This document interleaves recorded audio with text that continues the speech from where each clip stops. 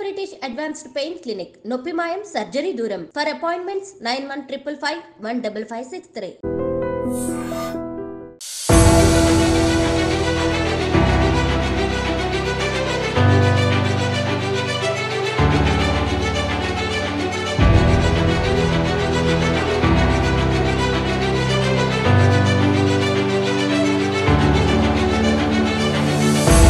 అందరికీ నమస్కారం. నేను Swaroopa Potlapalli. Welcome to I dream. Lagacharla బాధితుల పక్షాన మాట్లాడడానికి కేటీఆర్ ఢిల్లీ వెళ్లారు. అయితే ఆయన ఢిల్లీ వెళ్తున్నది కేసుల నుంచి బయటపడేందుకే అని కాంగ్రెస్ ఆరోపిస్తోంది. కాదు కాంగ్రెస్ బీఆర్ఎస్ రెండు ఒకటేనని బీజేపీ చెప్పుకొస్తోంది. ఇంకోవైపు చూస్తే ఆరోగ్యం కుదుట పడడంతో కవిత మళ్ళీ రీ ఎంట్రీ ఇవ్వబోతున్నట్టుగా తెలుస్తోంది. ఆమె సైలెంట్ గా తన పని తాను చేసుకోబోతున్నట్టుగా కూడా తెలుస్తోంది. ప్రస్తుతం నాతో పాటు Congress spokes person doctor Mahesh ఉన్నారు. ఆయనతో మాట్లాడదాం. వాళ్ళ పార్టీలో ఏం జరుగుతుందో తెలుసుకుందాం. హలో మహేష్ గారు. హలో అండి. కేటీఆర్ అరెస్ట్ అని ఎన్నో కేసులను చూపిస్తున్నారు. ఫోన్ ట్యాపింగ్ కావచ్చు, కాళేశ్వరం, ఈ కార్ రేసింగ్, ఇప్పుడు కొత్తగా డ్రగ్స్ కేసు కూడా. అయితే ఎక్కడ చూసినా కానీ ఆయన అరెస్ట్ అవుతారనే న్యూస్ తప్ప పెద్దగా మీ ప్రభుత్వం ఏం చర్యలు తీసుకుంటున్నట్టుగా కనిపించట్లేదు. ఏమైపోయిందంటే స్వరూప గారు, ఈ మధ్యకాలంలో మన ఓటీటీ ప్లాట్ఫామ్స్లో మన ఏమంటారు అమెజాన్ ప్రైమ్ వీడియోస్ కానీ, తర్వాత నెట్ఫ్లిక్స్ కానీ ఇవన్నీ వచ్చిన తర్వాత ఎక్కువ క్రైమ్ సిరీస్లు బాగా జనాలు ఎక్కువ మంది చూస్తుండ్రు. కొంచెం టైం దొరికితే క్రైమ్ సిరీస్ చూస్తుండ్రు. దానిలో అది చూడడం, ఆ ప్రభావంతో ఎప్పుడెప్పుడు అరెస్ట్ చేయాలి, వెంటనే ఉరి తీయాలి, అరెస్ట్ చేయాలి, వెంటనే జైలుకు పంపాలి, ఈ టెండెన్సీ బాగా, అంటే అట్లాంటి ఎక్స్పెక్టేషన్స్ చాలా పెరిగిపోయినాయి. ఎందుకంటే ఫ్రీక్వెంట్గా ఇవే క్రైమ్ స్టోరీస్ చూస్తారు కాబట్టి. కానీ ఇది సిరీస్, క్రైమ్ సిరీస్లు కాదు, క్రైమ్ స్టోరీస్ కాదు, ఇది ప్రభుత్వంలో వ్యవస్థ ఉంటుంది. వ్యవస్థానికి కొంత బాధ్యత ఉంటుంది. దీన్ని యజమాయిష్ చేయడానికి పైన మళ్ళీ కోర్టులు ఉంటాయి. సో రాజ్యాంగబద్ధంగా చట్ట ప్రకారం ఏవేవి విచారణలో ఉన్నాయో వాటి విచారణ ఫలితాలు బయటకు వచ్చిన తర్వాత ఫైనల్ రిపోర్ట్స్ వచ్చిన తర్వాత మాత్రమే అరెస్టులు ఉంటాయి. ప్రజలు లేదు ఇంకేదో WWF ఫైట్ లాగా రోజు ఒక అరెస్ట్ చేయాలి అని కోరుకున్నంత మాత్రాన ప్రభుత్వాలు అలా చేయలేవు. మాకు కొన్ని పరిమితులు ఉంటాయి. కానీ కేటీఆర్ అరెస్ట్ అవ్వడం తథ్యం. కేటీఆర్ అరెస్టులో ఇంకో సెకండ్ థాట్ ఎవరికి అవసరం లేదు. ఎందుకంటే అనేక కేసుల్లో దొరికిపోయినారు కేటీఆర్ గారు. ఆయన 10 ఏళ్ళు మంత్రిగా చేసిన మంత్రిత్వ శాఖలో ఫార్ములా E1 రేస్ గురించి కానీ, ఆ కేసు విషయంలో 55 కోట్లు విదేశీ కంపెనీకి, అది కూడా ఎన్నికల కోడ్ అమల్లో ఉన్నప్పుడు చెల్లించిండ్రు. Without cabinet approval, without a note, just వాట్సాప్లో పెడితే నేను పంపించిన అని Arvind Kumar senior IAS officer confess చేసిన తర్వాత కేటీఆర్ అరెస్ట్ ఆపడం బ్రహ్మదేవుడి తరం కూడా కాదు. ఇందులో డోకా లేదు. 2 కాళేశ్వరం విచారణ జరుగుతుంది. దానిలో కేసీఆర్, హరీష్ రావు గారు, ఇంకెవరెవరు ముఖ్యుల పాత్ర ఉంటుందో వాళ్ళు లోపలి పోతారు. ఫోన్ ట్యాపింగ్ వ్యవహారం జరుగుతుంది. ఫోన్ ట్యాపింగ్ మీద రోజుకో ఎమ్మెల్యేని పిలుస్తున్నారు. వాళ్ళు మొన్నటిదాకా రాజకీయ నాయకులు, ముఖ్యులైన రాజకీయ నాయకులు అనుకున్నాం. మా ముఖ్యమంత్రి గారి బెడ్రూమ్లో వినే అంటే జరిగే సంభాషణ కూడా సౌండ్స్ ఫ్రీక్వెన్సీ సెట్ చేసుకొని విన్నటువంటి దుర్మార్గపు పాలన ఫోన్ ట్యాపింగ్లో మనం చూసినాం. అక్కడ నుంచి విలేజ్ లెవెల్లో, గల్లీ లెవెల్లో ఉండే నాయకుల, తర్వాత సంసారాల్లో ఉండే వాళ్ళ ప్రైవేటు సంభాషణలు, తర్వాత వ్యాపారస్తుల దగ్గర జరిగే బిజినెస్ డీల్స్, ఇవన్నీ కూడా ఫోన్ ట్యాపింగ్ ద్వారా చేసి ఒక బందిపోటు ముఠాలాగా తయారైపోయి కేటీఆర్ గారి డైరెక్షన్లో, కేసీఆర్ గారి డైరెక్షన్లో వాళ్ళందరూ కూడా వాళ్ళని లూటీ చేసిండ్రు. అంటే బ్లాక్మెయిల్ చేసి డబ్బు దండుకున్నారు పెద్ద ఎత్తున. ప్రజల యొక్క ధన మాన ప్రాణాలతోనే ఆటలాడుకున్నారు అనేది చాలా ఎస్టాబ్లిష్ అవుతుంది. దాన్ని కేసు విచారణలో ఉంది. విచారణ పూర్తయిన తర్వాత దానికి దోషులు ఎంతటి వాళ్ళైనా, అది మాజీ ముఖ్యమంత్రి అయినా, మాజీ మంత్రి అయినా, ఈ సినిమా వాళ్ళని బ్లాక్మెయిల్ చేసింది ఎవరు, బిజినెస్ వాళ్ళని బ్లాక్మెయిల్ చేసింది ఎవరు, పొలిటీషియన్స్ యొక్క వ్యక్తిగత జీవితాల్లోకి తొంగి చూసి వాళ్ళ వ్యక్తిగత సమాచారాన్ని దొంగలించి వాళ్ళ జీవితాలను, వాళ్ళ రైట్ ఆఫ్ ప్రైవసీ ఎవరైతే హరించారో వాళ్ళను అందరినీ కూడా చట్టం బోన్లో నిలబెడుతుంది. చట్ట ప్రకారం డెఫినెట్గా వాళ్ళ మీద చర్యలు ఉంటాయి. సో కొంతమంది బండి సంజయ్ గారు లాంటి వాళ్ళు, ఇంకొంతమందో ఇంకెప్పుడు అంటే వాళ్ళు 10 ఏళ్ళ అధికారంలో ఉన్నారు. తెల్లారు లేస్తే ప్రధానమంత్రి మోడీ గారు, హోంమంత్రి అమిత్ షా గారు, ఇంకా వివిధ రాష్ట్రాల ముఖ్యమంత్రులు వచ్చి బాబ్ బేటా సర్కార్, అవినీతి సర్కార్, లిక్కర్ సర్కార్ అని చెప్పి 10 ఏళ్ళు టైంపాస్ చేసారు కదా. మరి 10 ఏళ్ళు ఏమి గాడిద పళ్ళు తోమిండ్రా వీళ్ళు? ఏం చేశారు వీళ్ళు? ఇప్పుడు అవినీతి జరిగిందని చెప్పిండ్రు. ఇక్కడ వచ్చి అవినీతి జరిగిందని చెప్తారు, అక్కడ పార్లమెంటులో పోయి అవినీతి జరగలేదని చెప్తారు వాళ్ళ కేంద్ర జలవనరుల శాఖ మంత్రి. ఇక్కడ మేము సిట్టింగ్ జడ్జితో విచారణ జరిపిస్తూ ఉంటే ఒక్కొక్క వాళ్ళు చేసినటువంటి అవినీతి 1,00,000 కోట్ల అవినీతి బయటకు వస్తుంది. సో ఖచ్చితంగా దాని ఫలితాలు వాళ్ళు అనుభవిస్తారు. విద్యుత్ కొనుగోళ్ల విషయంలో జరిగిన అవకతవకల విషయంలో, కమర్షియల్ ట్యాక్స్ విషయంలో జరిగిన అవకతవకల విషయంలో, సో ప్రతి విషయంలో కూడా దానిలో ఎవరు ఎంత పెద్దవాళ్ళు ఉన్నా ఖచ్చితంగా అరెస్ట్ అవుతారు. అది కేసీఆర్ అయినా, కేటీఆర్ అయినా, హరీష్ రావు అయినా, ఇంకెవరైనా అధికారులైనా, వాళ్ళ అడుగులకు మడుగులు ఎత్తి పింక్ షర్ట్లు వేసుకొని తిరిగిన సోమేష్ కుమార్ లాంటి అధికారులైనా వాళ్ళందరూ కూడా ఖచ్చితంగా జైలుకు పోతారు. దాంట్లో అయితే ఏమి కూడా సందేహం ఎవరికీ అవసరం లేదు. బండి సంజయ్ గారికి అసలే అవసరం లేదు. వాళ్ళు 10 ఏళ్ళ అధికారంలో ఉన్నప్పుడు వాళ్ళని వదిలేసిరు, వాళ్ళని సంకనెత్తుకొని తిరిగిండ్రు. కేసీఆర్ మోడీ సంఖ్యలనే కదా ఉన్నది, 9.5 సంవత్సరాలు వాళ్ళ సంఖ్యలోనే తిరిగిండు. తర్వాత ఎప్పుడో ఎలక్షన్ దగ్గర ఇబ్బంది అవుతుందని ఏదో ఫైట్ చేసినట్టు తూతూ మేమే అని ఒక డ్రామా ఆడే ప్రయత్నం చేశారు. కాబట్టి అరెస్టు విషయంలో ప్రభుత్వానికి రెండో ఆలోచన లేదు. అట్లని రాజకీయ కక్ష సాధింపుతో అరెస్టు చేసే ఉద్దేశం కూడా మాకు లేదు. చట్టబద్ధంగా రాజ్యాంగానికి లోబడి ఈరోజు ఫార్ములా E1 రేస్ విషయంలో విచారణ కోసం ఏసీబీ గవర్నర్ గారిని కోరింది. వారు గవర్నర్ గారు అనుమతి ఇచ్చిన వెంటనే, వారు ఏదో లీగల్ ఒపీనియన్ తీసుకుంటున్నట్టున్నారు, అనుమతి ఇచ్చిన వెంటనే దానికి సంబంధించిన విచారణకు పిలుస్తారు. దానిలో తప్పు ఉంది అని తేలితే డెఫినెట్గా దాని మీద చర్యలు ఉంటాయి.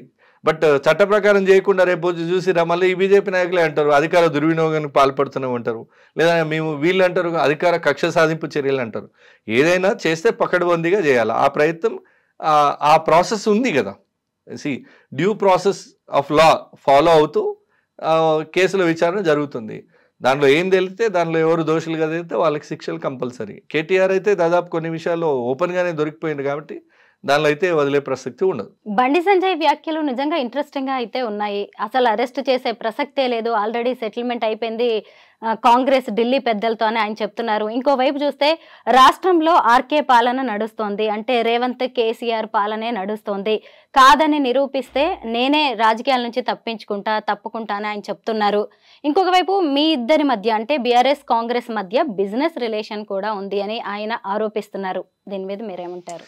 ఇప్పుడు బండి సంజయ్ గారి వ్యాఖ్యలు అవి అనాలోచిత వ్యాఖ్యలుగానే చూడాలి. ఏదో సెన్సేషన్ కోసం 4 మాటలు మాట్లాడిపోతే నిజంగా ప్రజలు ఏమనుకుంటారనే ఆలోచన ఒక కేంద్ర మంత్రి స్థాయి వ్యక్తికి లేకపోవడం అనేది బాధాకరం. రేవంత్ అన్న వాళ్ళ డాటర్ ఎంగేజ్మెంట్ ఉంటే ఆయనను జైలుకు పంపినటువంటి చరిత్ర కేసీఆర్ది ఒకటి. 2004లో పొత్తుల పేరుతోని మేము వాళ్ళకు 42 సీట్లు ఇచ్చి ఆక్సిజన్ ఇస్తే తీరా టైంకి పార్టీ మెర్జ్ చేస్తామని మాకు హ్యాండ్ ఇచ్చి 10 ఏళ్ళు మా పార్టీనే ఖతం చేయాలని చూసి మా పార్టీలో ఉన్న ఎమ్మెల్యేలు 12 మందిని తీసుకుపోయి మాకు ప్రతిపక్ష హోదా లేకుండా కాంగ్రెస్ పార్టీయే ఉండద్ది రాష్ట్రంలో అని కంకణం కట్టుకొని పనిచేసిన వ్యక్తి కేసీఆర్. రేవంత్ కేసీఆర్ సర్కార్ అని బండి సంజయ్ మాట్లాడితే చూసేటోళ్ళు నవ్వుకోరా? ఏదో ఇప్పుడు పుట్టిన పిల్లల్ని ఏమైనా ఎంటర్టైన్ చేయొచ్చు, కానీ రాజకీయాలను దగ్గర నుంచి 10 ఏళ్ళ నుంచి 15 ఏళ్ళ నుంచి చూస్తున్న వాళ్ళల్లో ఇదేం ఏ రకమైనటువంటి ఒక పెద్ద నాన్ సీరియస్ కామెంట్స్ కిందనే చూస్తారు. దాన్ని ఎవరు సీరియస్గా తీసుకుంటారు? ఒకటి. ఇక కేటీఆర్ ఢిల్లీ ట్రిప్ ఎందుకు పోతున్నారంటే మొన్న అమృత్ టెండర్ల విషయంలో నేను కలుస్తున్నా అని చెప్పి అన్న మాట ఎవరిది? వీరు చెప్పిన కేటీఆర్ చెప్పిన మాట అమృత్ టెండర్ల విషయంలో కేంద్ర మంత్రిని కలుస్తున్నా, మరి కాంగ్రెస్ హైకమాండ్ కలుస్తున్నా అంటారు ఏంది?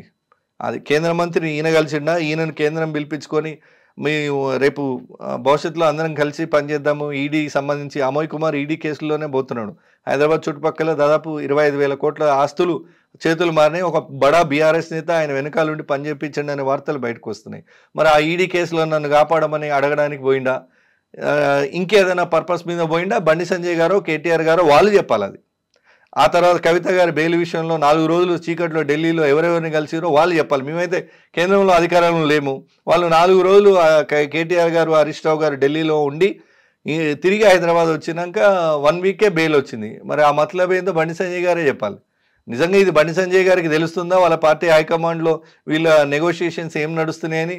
లేదా ఇప్పుడు రేపొద్దున మహారాష్ట్ర ఎలక్షన్స్ ఉన్నాయి, ఇంకేదో ఎలక్షన్స్ ఉన్నాయి, వీళ్ళు లక్షల కోట్లు సంపాదించి పెట్టిండ్రు కదా, మరి ఇవన్నీ పంపిస్తే ఏమన్నా కేసులు మాఫీ చేస్తాం, ఈడీ కేసులు అవి ఇవన్నీ ఏమన్నా ఒప్పందంలో భాగంగా పోతారా నాకు తెలియదు. కానీ కాంగ్రెస్ హైకమాండ్ దరిదాపుల్లో కూడా కేసీఆర్ కానీ కేటీఆర్ గారిని రానియరు.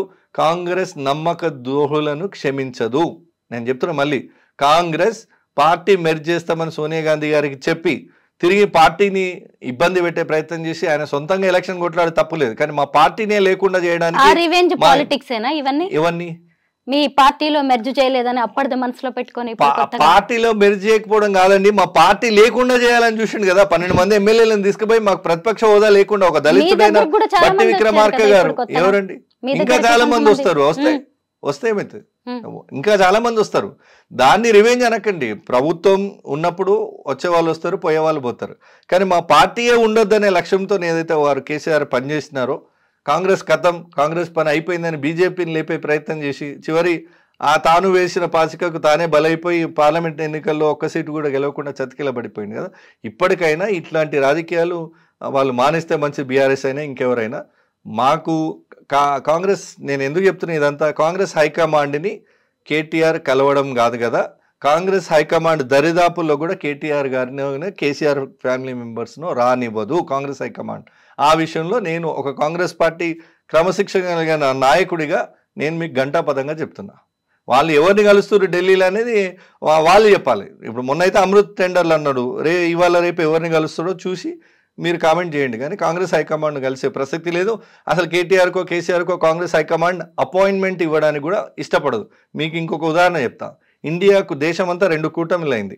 ఇండియా కూటమి ఒక దిక్కు, ఎన్డీఏ కూటమి ఒక దిక్కు. అంటే భారతీయ జనతా పార్టీ నేతృత్వం వహించిన ఎన్డీఏ కూటమి, కాంగ్రెస్ పార్టీ నేతృత్వం వహించిన ఇండియా కూటమి. ఈ 2 కూటమిల్లో కేసీఆర్ అప్పుడప్పుడే భారతీయ జనతా పార్టీకి దూరం అవ్వడం, ప్రధానమంత్రి విజిట్కి వచ్చినా కూడా కలవకపోవడం, ఇవన్నీ చేస్తుంటే మాకు దగ్గరయ్యే ప్రయత్నాలు చేస్తే కేసీఆర్ మెంబర్ అయితే కాంగ్రెస్ విత్డ్రా అవుతుందని అల్టిమేట్ కండిషన్ పెట్టింది కాంగ్రెస్ పార్టీ. అంటే బీఆర్ఎస్ పార్టీని, కేసీఆర్ను ఇండియా కూటమిలో భాగస్వామ్యం చేసుకోవద్దనే కరాఖండిగా చెప్పినటువంటి పార్టీ కాంగ్రెస్ పార్టీ.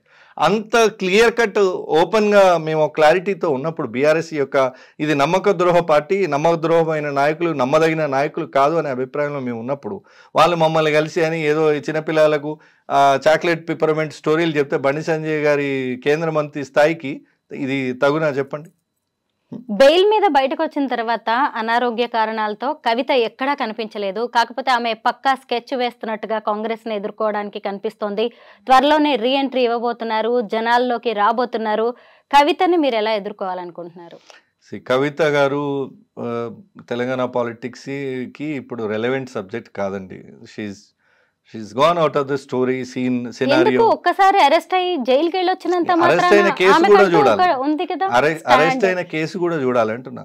ఒక మహిళగా లిక్కర్ దందా చేసి అరెస్ట్ అయింది అనేది గ్రామాన గల్లీన ఇంటింటినా పాకింది ఈ వార్త.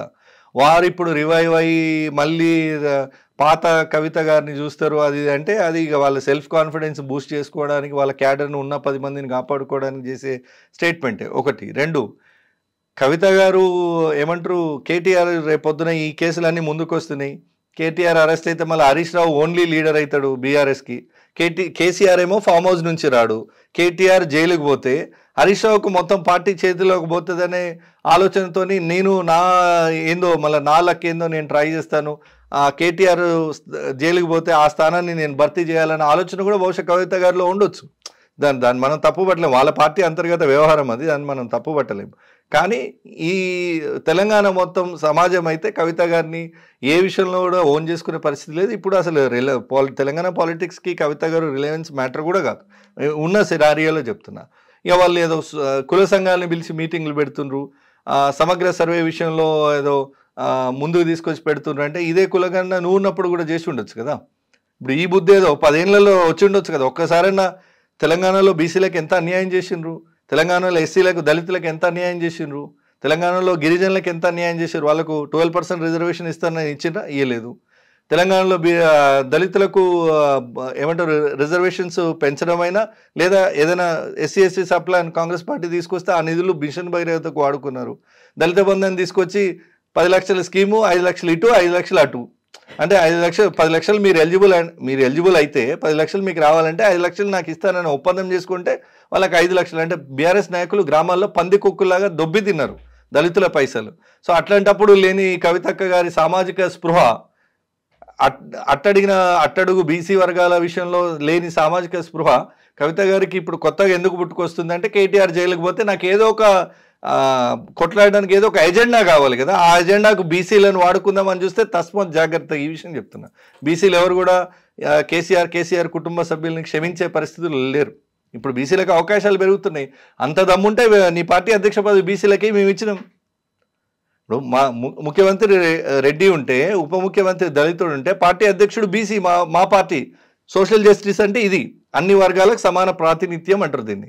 నీ పార్టీలో చూపి, మీ నాయన ప్రెసిడెంటు, మన సోదరుడు వర్కింగ్ ప్రెసిడెంటు, ఇంకా వెనకాల అటు ఇటు ఏమైనా ఉంటే కవిత గారు, హరీష్ రావు గారు ఉండనే ఉన్నారు. అర్థమైంది కదండి.